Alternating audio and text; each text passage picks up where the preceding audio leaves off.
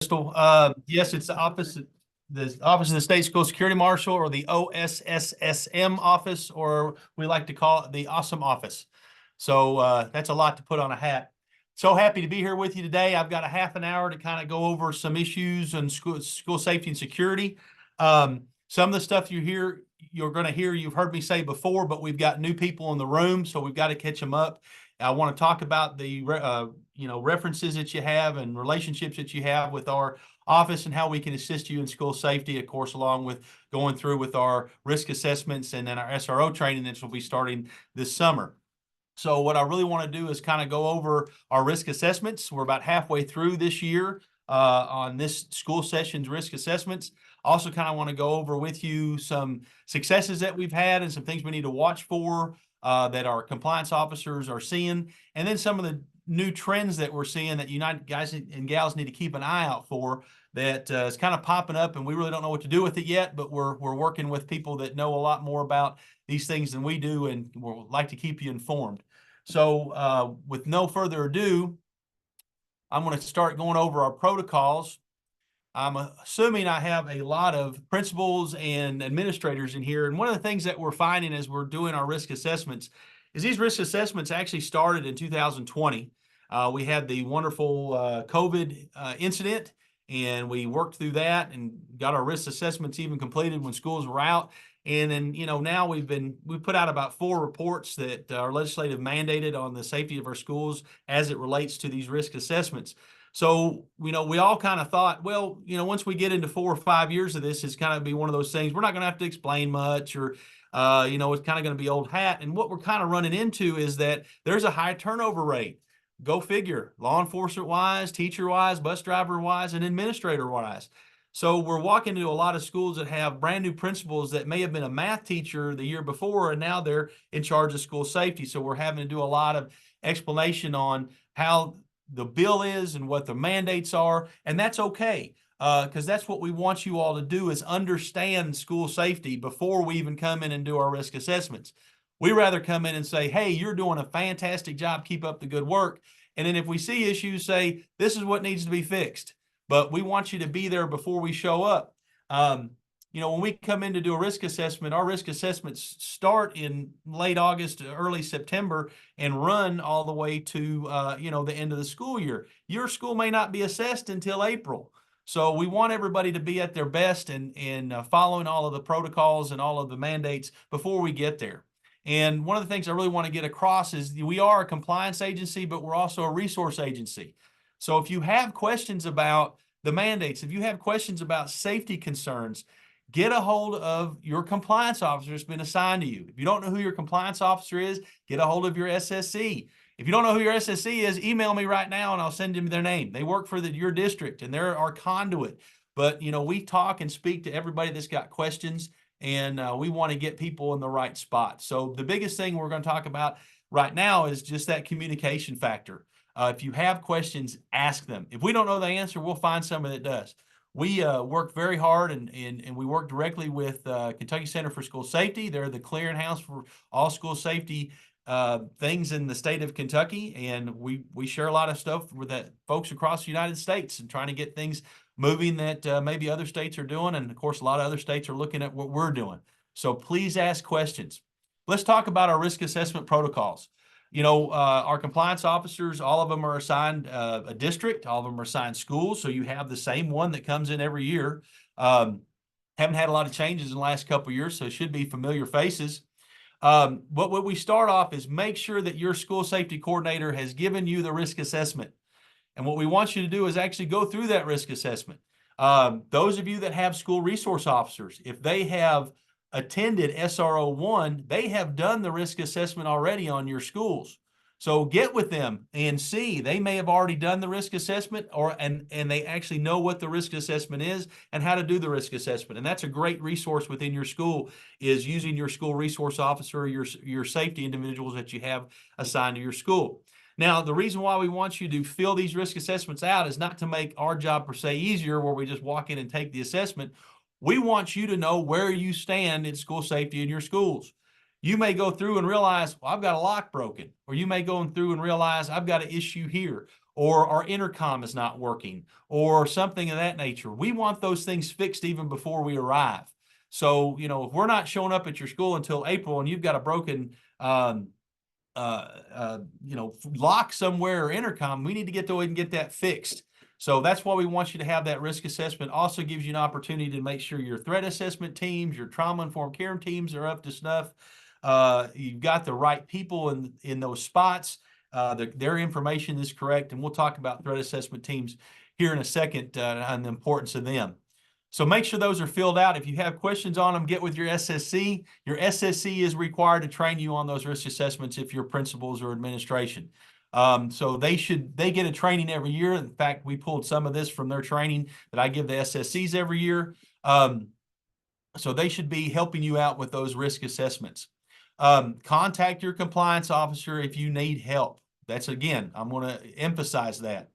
Complete the risk assessment. Completed risk assessments are emailed only to your SSC. So for your new administrators out there, when we come in and do a risk assessment, what we do is it's completed. You'll know where you stand. The compliance officer will talk to you about where you're at, what you need fixed, or if you're in good shape, keep on rocking on. But the completed risk assessments only get sent to the SSCs. We've had some questions about this year. We've had principals call and say, well, I want to get a copy of it. Well, if you want a copy of it, you've got to go to your SSC. We will only send completed risk assessments to the school safety coordinator. Don't send them to the superintendent. Don't send them to anybody else. And that's what we call chain of custody in law enforcement. We want to know exactly where that document goes and be able to say, you know, where it is at, because that document is not subject to open records requests. We do not want, if you have a broken lock in your school, on Facebook that you have a broken lock. So that's why it is not subject to open records requests. So we have a good chain of custody of knowing where that actual risk assessment ends up. Now, as I'm talking, if you guys have questions, please let me know. I don't know if the chat will pop up. I've got 3 different screens that are showing 3 different things, but please interrupt me and ask any questions that you have.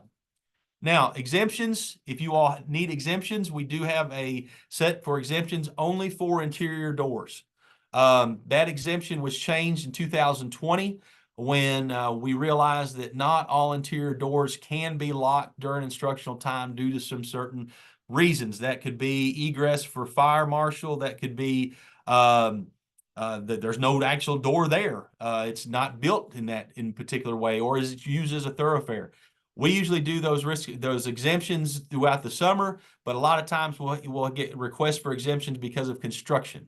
So if for some reason your school has had construction and you need an exemption on your interior doors and have a question about that, contact our compliance officer and they can come down and take a look at that. All right, we'll keep moving on here.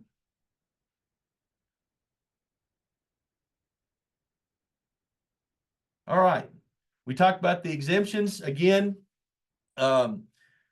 We usually do those during the summer, but at some point, if you do have usually construction or new building or something of that nature, we may have to come out and look at that. And it looks like I got something in the chat. If you have questions, drop them in the chat. Fantastic. Appreciate that. All right. Again, risk assessments have already started. We're about halfway through the school year. And my computer is locked up. Here we go. Now, when we go through and do our risk assessments, any schools that are out of compliance of 158.132.6 or 158.162.3D, that's access control. So if we find an interior door unlocked during instructional time, we find an exterior door propped, if the check-in procedures aren't working the way they should, we count that as a non-compliant school. The list of those non-compliant schools gets sent to Kentucky Department of Education every month. And what happens is if you're non-compliant, we come back for a reassessment. Once the reassessment is done and you're back in compliance, your name will get off that list and a new list will be sent to KDE every month. And they keep track of any schools that are non-compliant of 158.162.3D access control. So just be aware of that even if you're on that list, make sure that you get a hold of us, and I'll talk about how the risk assessments, the actual reassessments work here in just a second. And here we go. If a school is non-compliant, you'll know about it. Your SSC will probably contact you and say, hey, we've got to get this fixed. The risk assessment will say what needs to be fixed and what needs to be dealt with. You've got to prepare for the reassessment. Just don't call us back and say it's fixed. Make sure it's fixed before you call us back. Some of our guys are driving an hour and a half just to get to your school. They have regions, but some of those regions got a lot of stretch to them. My Eastern Kentucky folks, Region 10, Jeff Cornett, he's got a small mark on the map, but he's got to go this way to get to it. It may take an hour and a half for him to get back to you. So when you're making a preparation for a reassessment, if you've got issues with locking doors or exterior doors or check-in process, make sure you meet with your staff and make that correction. If you have questions about, how check-in processes should work, if you've got a new gatekeeper, you can get gatekeeper training through KCSS.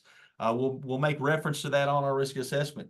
And then if it's a compliance issue that comes up with actual hardware, make sure that hardware gets fixed before we come back. Majority of the time we have an issue, the schools will find out that there's a lock broken and it's fixed immediately. But sometimes you have distribution issues where you're trying to get something in. It may take a little while. Just make sure that you let us know when things are fixed so we can come back and do that reassessment. All right. Now, once we do our assessment, that does not mean you can go back to not following the mandates of the School Safety and Resiliency Act. Within our mandates of our office is that we investigate if there is any complaints that come out. We do receive complaints throughout the year, sometimes on schools or other issues. And then we have to investigate those complaints. So within our KIRs, the Office of State School Security Marshal shall investigate any complaints that has to do with the School Safety and Resiliency Act. If we receive a complaint on a school, that complaint's turned over to a regional supervisor. They'll investigate and then contact the SSC if there's any issues that need to be fixed, or we even can come back and do another assessment. A lot of times we've got parents that call us and say, well, we've seen a door open or there's an issue of some kind, and we just investigate that and make sure that it's not an issue, or if it is an issue, that it gets fixed. So we will come back and do an investigation if necessary. Here's the tips for successful risk assessment. If you follow these tips, you will have no problem whatsoever with the risk assessments. Hold on one second. There we go. Know the mandates of the School Safety and Resiliency Act. How do you know the mandates of the School Safety and Resiliency Act? If you've got a copy of the risk assessment, that's all the mandates of the School Safety and Resiliency Act. So knowing that, and knowing what's on that risk assessment is the mandates of the School Safety and Resiliency Act. So you don't have to read, the book is actually pretty large. You don't have to read the whole book. All you got to do is know what's on that risk assessment.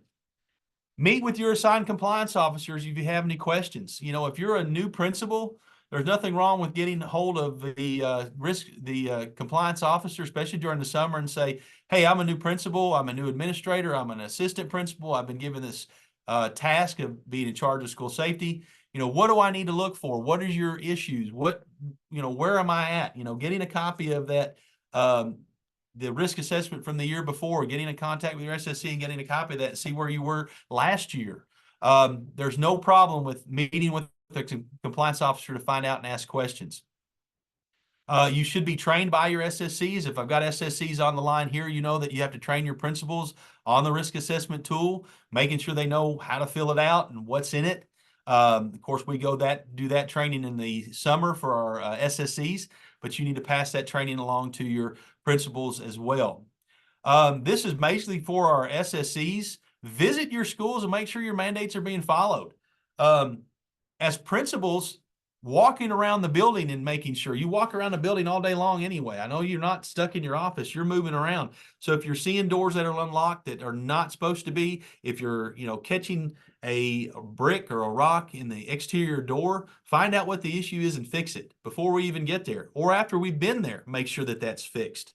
So just walking around and making sure that those are being followed. And what we really want you to do, and it's on this as well, is empower your teachers to do the same thing. Your teachers, your custodians, your lunch workers, your SRO, your safety people, make sure they know the mandates, make sure they know what they need to be doing, and that they're walking around and checking that building all the time. Provide support for school climate that embraces school safety, and that's bringing these things up during meetings with your staff. Are we locking our doors? Are we doing a check-in process? Are you, contacting us when you have an issue with a student that you feel like needs to be on a threat assessment? Are you finding stuff that we need to talk about? Because we can lock down the school. The schools can be locked up. The doors can be locked up. The check-in processes can be great. But if we've got incidents with students that we need to get them some help or get them on a threat assessment, then we need to be doing that, because that's where we're catching issues that may turn into something catastrophic. And we need to catch it when it's an issue and not when it becomes something catastrophic. So make sure that your teachers know to reach out, and that can be anybody, your bus drivers, anyone that needs to reach out and talk to you about a student that may need a threat assessment. And of course, reach out to us if your staff needs some training on the mandates. Our compliance officers, we've got time. We'll send somebody down to actually talk to your staff. Sometimes it's that broken record where they hear it from you all the time, but you just need to have one of us in the black shirts and khaki pants to come in and say, hey, I'm the compliance officer for this school district, and this is what we're looking for. If you have questions, let us know, but this is what you've got to follow. And a lot of times when we have those presentations, it seems that we have more success in our risk assessments because the teachers hear it from actually our staff. All right. Now I'm talking real fast because I've only got 30 minutes to make this happen. So if you have questions, I'm kind of peeking over here at the chat. Drop anything in the chat that you have. Some of the things we're seeing in the 2023-2024 school year. Good work. I know I'm sitting here harping about you got to do this, you got to do that, you got to do this. We're about 50% done with the state. That's kind of where we need to be. The majority of the last 4 years that we've been doing compliance checks, that we've teetered on 20 to 25% of schools that are out of compliance before we have to come back and do a reassessment. We're at 10%. So we have seen a drastic cut in schools that need to do a reassessment. That's phenomenal. So instead of 1 in 4 schools or 1 in 5 schools that were out of compliance, we're talking about 1 in 10. And I read the risk assessment reports, don't read all of them, but a majority of them, and a lot of them are door issues, are exterior, interior doors. And the exterior door really scares me. We've got that layered security. You've got exterior doors and you got interior doors. If they make it through the exterior door, you got the interior door as your last resort. So make sure that you're not blocking the doors or propping them open or things of that nature, having those folks do that. That's what we're seeing, the 2 issues. But sorry about that. My phone rang. So our compliance rates are really, really good. Make sure you're checking your exterior, interior doors on a regular basis and your check-in procedures. One of the things that we have complaints on or we see is that, when we're walking up to the door, that electronic door button clicks before we even push the button to come in and use that intercom. Utilize that intercom to make sure that the people that you want in your building are the ones that getting in your building. So, I'm sorry, let me turn this down. All right. Where was I? Check-in procedures. So the law states that you have to control entrance to your school through electronically locking doors in an intercom system. Controlling it through that intercom system means you're talking to that person on the outside. So asking that person, and they'll show you in training that you take through Gatekeeper, that ask them what they are there for, make sure that they're there for the right reasons. And if they start cussing you on the outside of the building, leave them on the outside of the building. There's nothing that says you have to bring them in that building. If there is a threat or if they're irate, you can talk to them on the outside of that building, call someone to assist you. I'd much rather talk to that person through a locked door than talk to that person in my office. And also make sure you keep your threat assessment teams up to date. One of the things that we have found is that we'll go in and ask about the threat assessment teams, and we'll find that people that are listed on the threat assessment teams have retired or moved on. Every year, make sure that you're updating that list, and then you're utilizing those threat assessment teams for that proactivity. If you see an issue, utilize that team If you have questions about how to utilize the team, the best people to talk to are our friends over at KCSS.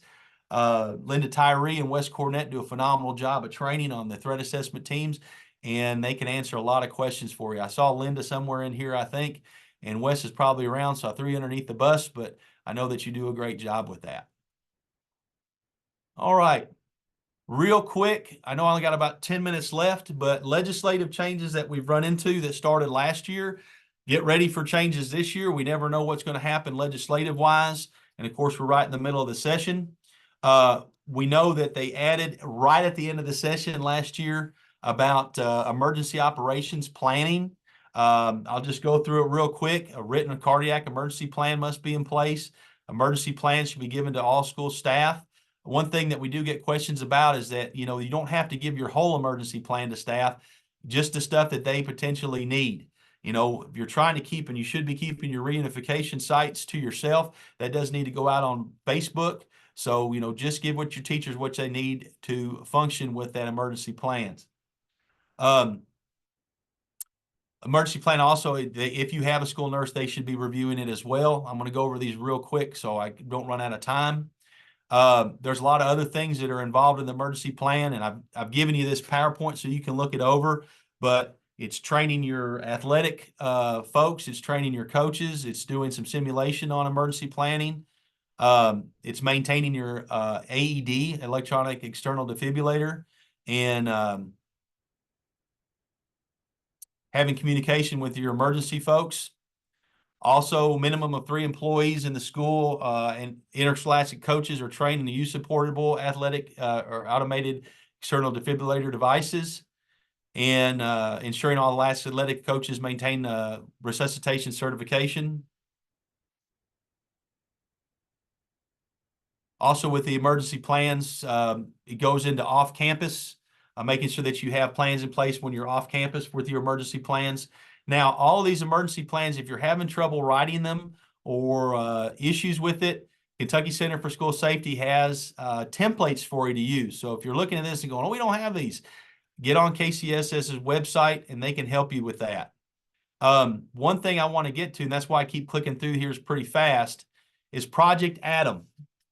This is a free resource to our schools in the state of Kentucky that can help with cardiac emergency plans.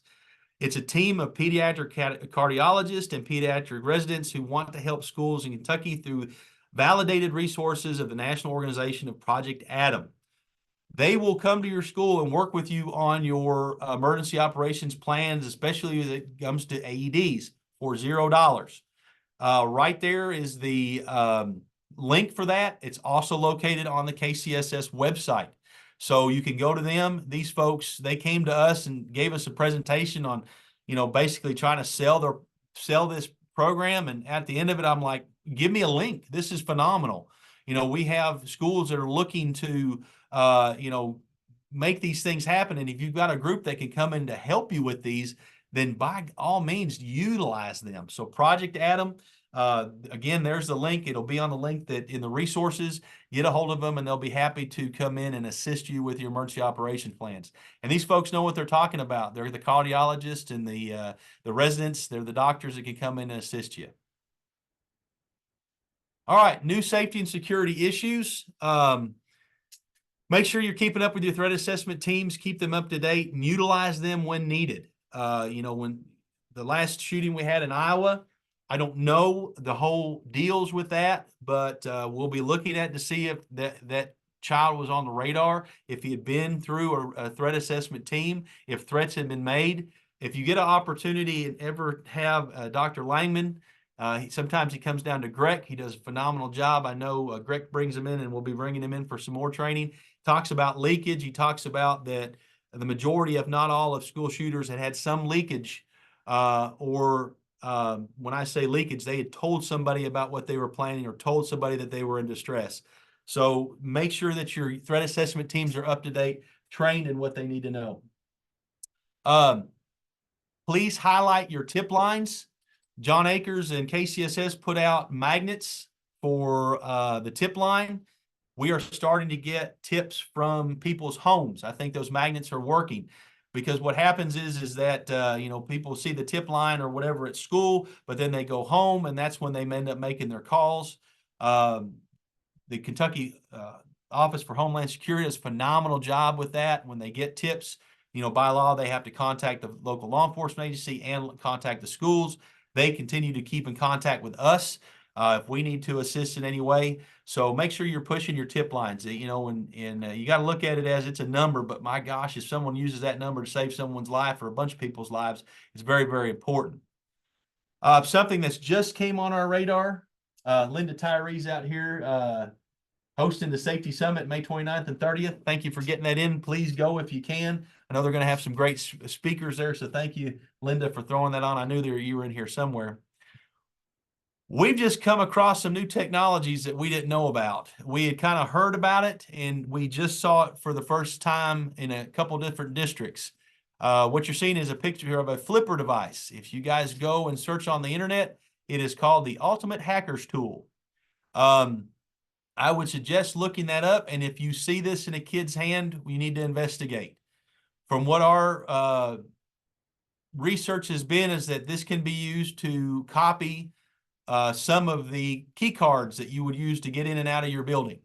We also have heard that it can shut down some people's cell phones and do some other things that I think out of the box, from my understanding, it is, if someone knows what they're doing, they can make it a lot worse than it actually is when you buy it right out of the box.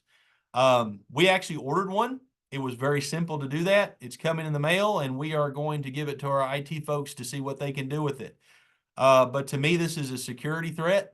So be aware, if you find one of these on a student, have your SRO investigate. If the SRO doesn't know a whole lot about it, we're working with Kentucky Center for School Safety and working with the Homeland Security and also KSP Cybercrimes to figure out what the capabilities of this device are. But it is touted as a hacking device, and it can be ordered online with no restrictions. Like I said, it took me 5 minutes to order one. So what word we've gotten from some of the districts is that these were Christmas gifts to their kids. So they are out there. And if they have the capability of cloning one of your key cards, then that is an issue that we need to discuss. So be on the lookout for these devices. I'm kind of rolling down to the end. SRO training update. We're going to be training all the SROs this summer. We're trying to keep our SROs in the buildings. So actually, either today or tomorrow, the assignments will go out to the SROs. We're doing it on a regional basis. So our compliance officers will be assisting in their training, and they'll be training regionally throughout the state. So we're really trying to work on getting them trained up and not have to be out of your school. Also, make sure that you're utilizing your SRO at the full potential. They're a fantastic resource. They can help teach. They can help with your mental health programs. They have a lot of training. Sit down and ask them with what they can help you with, and they would absolutely love to help out. And of course, Handle with Care is still out there. If you're having issues, let us know. We've been passing out posters. We've been sending stickers. We're trying our best to get our officers to make those notifications, but it's a phenomenal program, and we really want to keep up the good work with that and keep you guys with those notifications. So that being said, I haven't taken a breath in about 29 minutes. So if anybody has any questions, please let me know.